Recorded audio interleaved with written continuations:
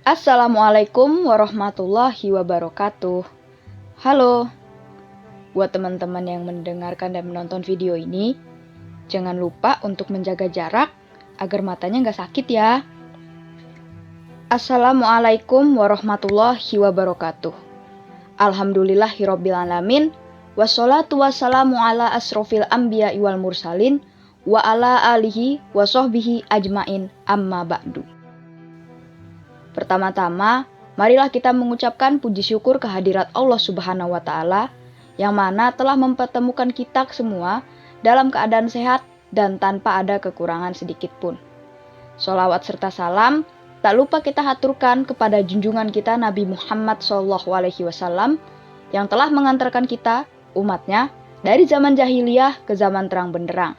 Dan semoga kita semua mendapatkan syafaatnya di yaumil akhir. Amin ya robbal alamin. Dan saya juga ingin mengucapkan terima kasih kepada semua teman-teman yang telah sejenak mendengarkan tausiah saya dan menonton tausiah saya yang berjudul Memaknai Toleransi Beragama dalam Islam. Islam adalah agama yang menjunjung tinggi toleransi. Banyak sekali ajaran tentang pentingnya sikap toleransi dalam Islam, baik yang bersumber dari Al-Quran ataupun hadis Nabi SAW, yang mana keduanya merupakan sumber utama bagi agama Islam. Namun, pada kenyataannya, praktek toleransi sudah semakin berkurang di masyarakat, tidak terkecuali di kalangan umat Islam sendiri. Banyaknya serangkaian peristiwa kekerasan dan kerusuhan yang dilatar belakangi perbedaan masih saja mewarnai bangsa ini. Sebagian dari kita begitu mudah terprovokasi oleh isu dan melakukan tindakan yang bersifat anarkis dan destruktif. Nah, seperti yang sudah saya katakan nih, Islam adalah agama yang sangat menjunjung tinggi toleransi, agama yang cinta damai, agama rahmatan lil alamin. Allah nggak melarang kita kok untuk berbuat baik dengan sesama, apapun agamanya. Karena berbuat baik adalah hal yang harus dilakukan oleh manusia tanpa harus mengukur dan memandang perbedaannya.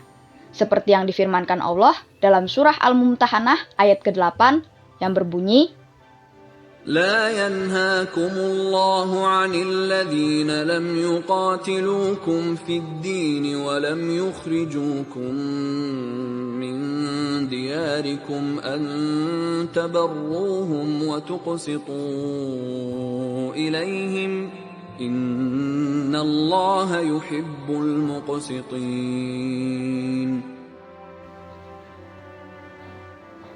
Ayat tersebut memiliki arti Allah tidak melarang kamu untuk berbuat baik dan berlaku adil terhadap orang-orang yang tidak memerangimu dalam urusan agama dan tidak mengusir kamu dari kampung halamanmu.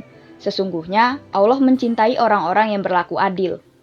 Nah, Indonesia sebagai sebuah negara dengan berbagai macam budaya, suku, ras, hingga agama tidak bisa jauh dari toleransi. Namun, gak jarang juga permasalahan intoleran bisa kita temui. Bahkan dari anak-anak kecil. Dan gak sedikit yang diskriminatif, justru malah bocil-bocil yang beragamanya notabene Islam. Contoh, di lingkungan rumah kita, termasuk di rumah saya. Ketika ada umat Nasrani beribadah, ada anak-anak yang bernyanyi, "Apa elo enggak tega?" Nah, itu adalah salah satu lagu yang saya kutip saat ada umat Nasrani yang beribadah. Anak-anak kecil bernyanyi seperti itu. Jujur, miris. Tapi ya lucu juga. Mau marahin, takut orang tuanya yang marah kembali ke kita.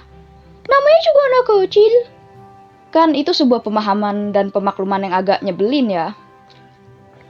Nah, kalau diskriminatif aja udah tertanam dari waktu kecil, gimana pas besarnya coba? Padahal, itu adalah perbuatan yang gak baik. Dan kita pun gak jarang juga berperilaku diskriminatif loh, mulai dari membandingkan ras, bahkan mencaci maki. Dan gak jarang perilaku intoleran tersebut menyebabkan tindakan destruktif. Contohnya, pengeboman masjid, gereja, dan tempat-tempat ibadah lainnya. Bahkan fasilitas-fasilitas umum. Dan teman-teman semua harus ingat, tindakan destruktif tersebut tidak pernah ada hubungannya dengan agama apapun agamanya. Dan Allah Subhanahu wa Ta'ala sangat melarang kita, umatnya, untuk berbuat jahat dan merusak. Tidak ada agama apapun yang mengajarkan kejahatan.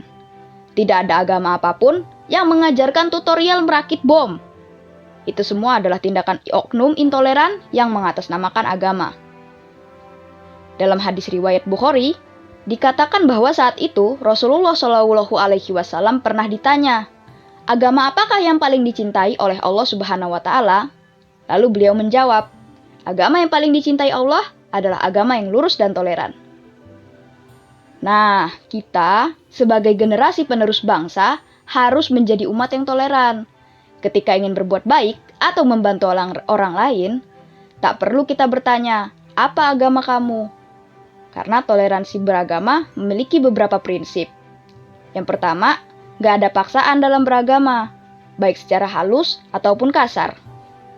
Yang kedua, masyarakat berhak memilih ataupun memeluk agama yang menurutnya benar dan dipersilahkan untuk beribadah sesuai dengan keyakinannya. Yang ketiga, tidak ada tindakan pemaksaan dari seseorang agar mengikuti keyakinannya. Dan yang keempat, Tuhan nggak melarang hidup bermasyarakat dengan yang tidak seagama.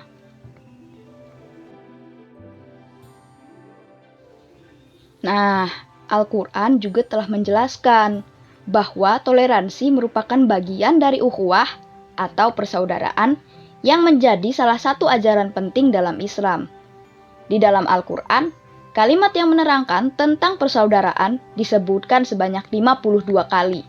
Hal ini menyangkut berbagai persamaan, dari keturunan, ras, bangsa, masyarakat, hingga agama.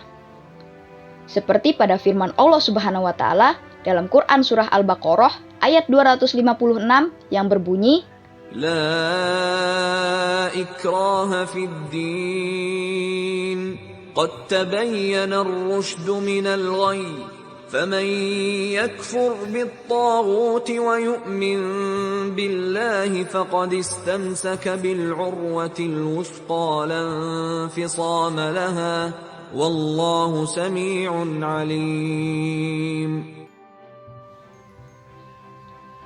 Ayat tersebut memiliki arti, tidak ada paksaan dalam menganut agama Islam. Sesungguhnya telah jelas perbedaan antara jalan yang benar dengan jalan yang sesat. Barang siapa ingkar kepada Tauhid dan beriman kepada Allah, maka sungguh dia telah berpegang teguh pada tali yang sangat kuat dan tidak akan putus. Allah Maha mendengar, Maha mengetahui.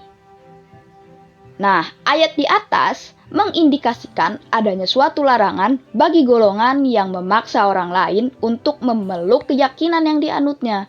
Sebab Allah lah yang memberi kehendak kepada setiap makhluknya agar bisa merasakan damai. Sedangkan adanya paksaan dapat menyebabkan masyarakat tidak lagi merasakan adanya kedamaian. Jadi dapat disimpulkan bahwa tidak ada unsur paksaan terhadap orang-orang yang non-muslim untuk menganut atau memeluk agama Islam. Namun, dalam teks ini sudah jelas bahwa jalan yang benar diridhoi Allah adalah agama Islam.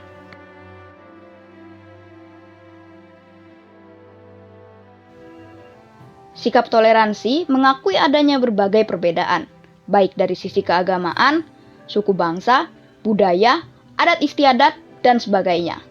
Semua sudah menjadi fitrah dari Tuhan dan kita sebagai makhluk Tuhan wajib untuk menerimanya. Landasan pemikiran ini sudah tertera dalam Al-Quran surat Al-Hujurat ayat 13.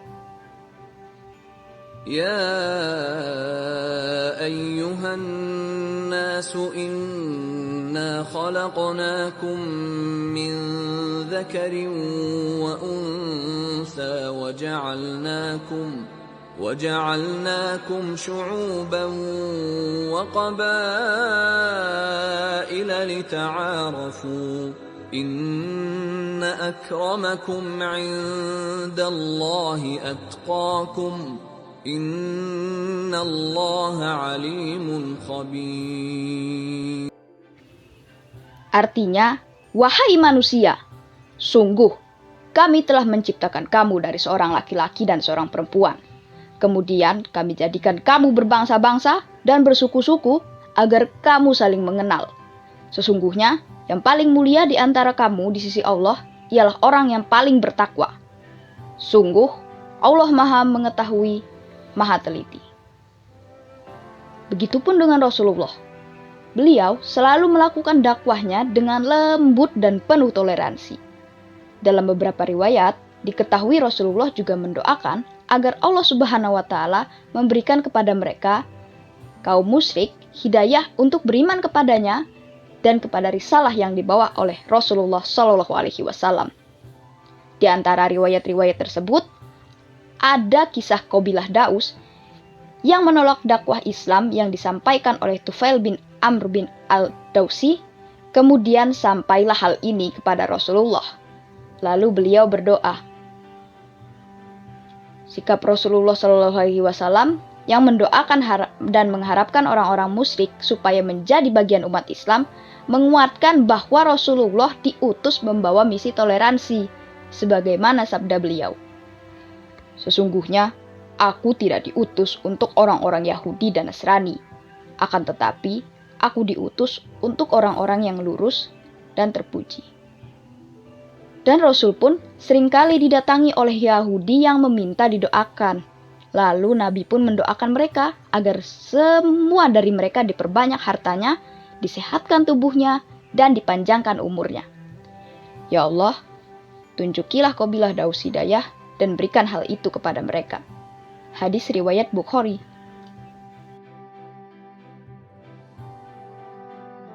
Nah, teman-teman, ada satu kisah yang mungkin teman-teman sudah mengetahuinya, yaitu kisah Yahudi buta yang diberi makan dan disuapi oleh Rasulullah setiap hari.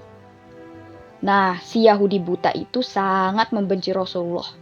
Ia selalu mencaci maki Rasul di depan mukanya. Hei kamu, jangan pernah kamu percaya si Muhammad. Dia itu gila, dia itu penyihir. Namun Rasul tidak dendam. Rasul take it easy dan tetap memberi makan si Yahudi buta dengan lembut. Hingga pada suatu hari Rasulullah wafat. Si Yahudi buta disuapi oleh Abu Bakar. Ketika Abu Bakar menyuapi si Yahudi yang buta, si Yahudi buta sadar bahwa yang menyuapi dia orang yang berbeda. Dan si Yahudi buta berkata, "Siapa kau?" Lalu Abu Bakar mengatakan, "Aku adalah orang yang biasa menyuapimu." "Bukan, engkau bukan yang biasa mendatangiku," jawab si pengemis buta itu. "Apabila ia datang kepadaku, tidak susah tangan ini memegang dan tidak susah mulut ini mengunyah. Orang yang biasa mendatangiku itu selalu menyuapiku, tapi terlebih dahulu dihaluskannya makanan tersebut dengan mulutnya. Setelah itu, dia berikan padaku dengan mulutnya sendiri." Pengemis itu melanjutkan perkataannya. Abu Bakar tidak dapat menahan air mata. Sambil menangis, dia berkata kepada pengemis itu, "Aku memang bukan orang yang biasa datang kepadamu. Aku adalah salah seorang dari sahabatnya. Dan orang yang mulia itu telah tiada. Dia adalah Muhammad Rasulullah SAW." Setelah pengemis itu mendengar cerita Abu Bakar, dia pun menangis dan kemudian berkata, "Benarkah demikian? Selama ini aku selalu menghinanya, memfitnahnya. Dia tidak pernah memarahiku sedikit pun. Dia mendatangiku dengan membawa makanan setiap pagi. Dia begitu mulia." Dan akhirnya, pengemis Yahudi itu akhirnya bersyahadat di hadapan Abu Bakar. Nah, kawan-kawan, dari kisah ini dapat kita ketahui Rasul selalu berperilaku baik, halus, dan toleransi terhadap siapapun. Nah, kita sebagai umatnya dapat mencontoh perilaku beliau. Kita tidak perlu mencari Yahudi buta untuk kita suapi.